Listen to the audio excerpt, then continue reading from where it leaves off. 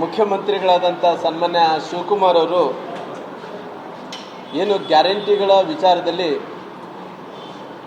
ಪುನಃ ಪರಿಷ್ಕರಣೆ ಮಾಡ್ತೀನಿ ಅಂತೇಳಿ ಅವರು ಏನು ತೀರ್ಮಾನವನ್ನು ತಗೊಂಡಿದ್ದಾರೋ ಈ ಗೃಹಲಕ್ಷ್ಮಿ ಪರಿಷ್ಕರಣಾ ವಿಚಾರದಲ್ಲಿ ಬಹುಶಃ ಮುಂದಿನ ದಿನಗಳಲ್ಲಿ ಈ ರಾಜ್ಯದ ನೂತನ ಮುಖ್ಯಮಂತ್ರಿಗಳು ಈ ಗ್ಯಾರಂಟಿ ಯೋಜನೆಯನ್ನು ಬಂದ್ ಮಾಡುವಂಥ ಹುನ್ನಾರವನ್ನು ಕೂಡ ನಡೆಸಿದ್ದಾರೆ. ಹಾಗೆ ಜೊತೆಯಾಗಿ ಒಂದು ಕಡೆ ಅವ್ರು ಏನು ಹೇಳಬೇಕಂತ ಇದ್ದಾರೆ ಅಂತೇಳಿ ಒಂದು ಗೊತ್ತಾಗ್ತಾ ಇಲ್ಲ. ಯಾಕಂದರೆ ಸಿದ್ದರಾಮಯ್ಯರು ಕೊಟ್ಟಂಥ ಎಲ್ಲ ಗ್ಯಾರಂಟಿ ಯೋಜನೆಗಳು ಅವ್ರ ವಿರುದ್ಧ ಇದೇನಾ ಅನ್ನೋಂಥದ್ದು ಕೂಡ ಅವ್ರ ಸ್ಪಷ್ಟೀಕರಣ ಕೂಡ ಕೊಟ್ಟಿಲ್ಲ. ಅಥವಾ ಎಲ್ಲೋ ಒಂದು ಕಡೆ ಈಗ ಗ್ಯಾರಂಟಿ ಯೋಜನೆಗಳಲ್ಲಿ ಮೃತಪಟ್ಟಾದ ಯುವತಿಯರಿಗೆ ಮೃತಪಟ್ಟದಂಥವ್ರಿಗೆ ಸುಮಾರು 55,000 ಕುಟುಂಬಗಳಿಗೆ ಮೃತಪಟ್ಟಂಥ ಕುಟುಂಬಗಳಿಗೆ ಆ ಜನರಿಗೆ ಹಣ ಹೋಗಿದೆ ಅನ್ನೋಂಥ ಮೂಲಕ ಮಾತುಗಳನ್ನು ಕೂಡ ಸನ್ಮಾನ್ಯ ಶಿವಕುಮಾರ್ ಅವರು ಹೇಳಿರೋ ಕಾರಣ ಅಲ್ಲಿ ಏನನ್ನ ಅಕಸ್ಮಾತ್ ದುಡ್ಡು ಏನನ್ನ ಅಲ್ಲಿ ಏನನ್ನ ಲೋಪ ಆಗಿದೆನಾ ಇಲ್ಲಿದ್ರಿಗಿನ ಅಲ್ಲಿ ಭ್ರಷ್ಟಾಚಾರ ಆಗಿದೆ ಅನ್ನೋಂಥದ್ದು ಕೂಡ ನೋಡಬೇಕಾಗಿದೆ. ಸಿದ್ದರಾಮಯ್ಯ ಸರ್ಕಾರ ಆಡಳಿತ ಸರಿ ಇಲ್ಲ ಅನ್ನಕ್ಕೋಸ್ಕರವಾಗಿ ಹೇಳಕ್ಕೆ ಹೋಗಿದೆ ಅನ್ನೋಂಥದ್ದು ಏನು ಗೊತ್ತಾಗ್ತಾ ಇಲ್ಲ. ಅದಕ್ಕೋಸ್ಕರವಾಗಿ ಸಿದ್ದರಾಮಯ್ಯ ಅವಧಿಯಲ್ಲಿ ಯಾವುದೊಂದು ಯೋಜನೆಗಳು ಮುಂದುವರಿಸಬೇಕಂತೇಳಿ ಅವತ್ತಿನ ತೀರ್ಮಾನವನ್ನು ತಗೊಂಡ್ರೋ ಆ ಯೋಜನೆಗಳನ್ನು ಅದನ್ನು ನಿಲ್ಲಿಸಬೇಕನ್ನಂಥ ಪ್ರಯತ್ನವನ್ನು ಮಾಡ್ತಾ ಇದ್ದಾರೆ. ಒಂದು ಕೂಡ ಕನ್ಫ್ಯೂಷನ್ದಲ್ಲಂತೂ ಶಿವಕುಮಾರ್ ಅವರು ಇಟ್ಟಿದ್ದಾರೆ. ಒಂದು ಕಡೆ ಇವತ್ತು ಅವರು ಅಧಿಕಾರಕ್ಕೆ ಬಂದಿರೋದು ಇವತ್ತು ಕರ್ನಾಟಕ ರಾಜ್ಯದಲ್ಲಿ ಇವತ್ತು ಸುಳ್ಳೇಳಿ ಇವತ್ತು ಅಧಿಕಾರಕ್ಕೆ ಬಂದಿದ್ದಾರೆ. ಇವತ್ತು ಎಲ್ಲ ಗ್ಯಾರಂಟಿಗಳನ್ನು ಎಲ್ಲರಿಗೂ ಕೊಡ್ತೀವಿ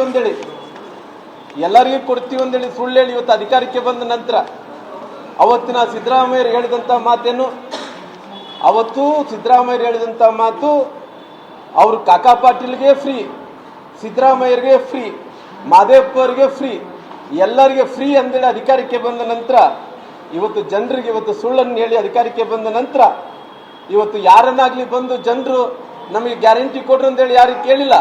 ಹೌದು, ಹೆಣ್ಮಕ್ಳು ಬಂದು ಫ್ರೀ ಬಸ್ ಕೊಡು ಅಂತೇಳಿ ಯಾರಿಗೆ ಕೇಳಿಲ್ಲ.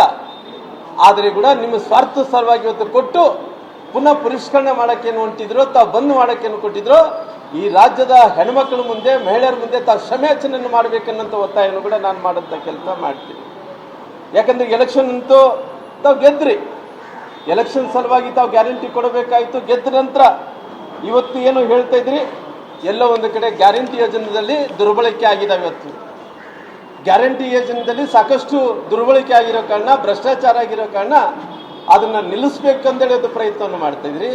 55,000 ಜನರಿಗೆ ಇವತ್ತು ಸತ್ತಂಥವ್ರಿಗೆ ಮೃತಪಟ್ಟಿದ್ದಂಥವ್ರಿಗೆ ಅಕೌಂಟು ಕೂಡ ಹಣ ಹೋಗಿದೆ ಅನ್ನೋಂಥ ಮಾತನ್ನು ಕೂಡ ತಾವೇ ಹೇಳ್ತಾ ಇದ್ರಿ. ಹಂಗಾಗಿ ಇವತ್ತು ನೀವು ರಾಜ್ಯದಲ್ಲಿ ಇವತ್ತು ನಮ್ಮ ವಿಧಾನ ಪರಿಷತ್ ಸದಸ್ಯರಂತ ರವಿಯಣ್ಣವರು ಕೂಡ ಇಲ್ಲಿದ್ದಾರ. ಅದೇ ರೀತಿಯಲ್ಲಿ ಕೂಡ ಇವತ್ತು ಸದನದಲ್ಲಿ ಕೂಡ ತಾವು ಒಪ್ಕೊಂಡಿದ್ರಿ.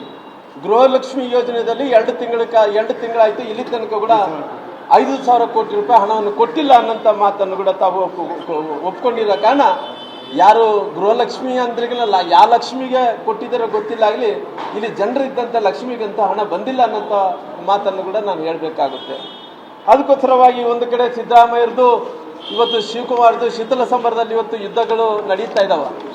ಯುದ್ಧಗಳು ನಡೆಯುವಂಥ ಟೈಮಲ್ಲಿ ಯಾರು ಇವತ್ತು ಮುಖ್ಯಮಂತ್ರಿ ಆದಂಥ ಟೈಮಲ್ಲಿ ಯಾರು ಏನು ಮಾಡಿದ್ದಾರೆ ಅನ್ನೋಂಥ ವಿಚಾರದ ಬಗ್ಗೆ ನಾನು ಏನು ಮಾತಾಡೋಕೆ ಹೋಗಲ್ಲ.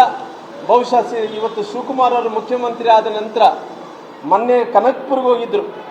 ಕನಕ್ಪುರ್ಗೆ ಹೋದಂಥ ಟೈಮಲ್ಲಿ ಆಪಿಲನ್ನು ಕಚ್ಚಿ ಜನರ ಮಧ್ಯೆ ಎಸೆಯುವಂಥ ಕೆಲಸ ಮಾಡ್ತಾಯಿದ್ರು.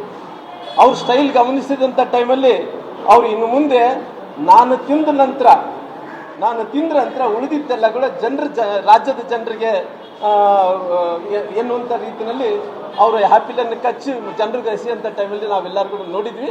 ಅವ್ರು ಕಚ್ಚಿ ಅವರು ತಿಂದಿದ್ದ ನಂತರ ಉಳಿದಿರೋದು ಈ ನಾಡಿನ ಜನರಿಗೆ ಅನ್ನೋಂಥ ರೀತಿಯಲ್ಲಿ ಅವರು ಒಂದು ಸಂದೇಶವನ್ನು ಕೊಡುವಂಥ ಕೆಲಸ ಕೂಡ ಮಾಡಿದನ್ನು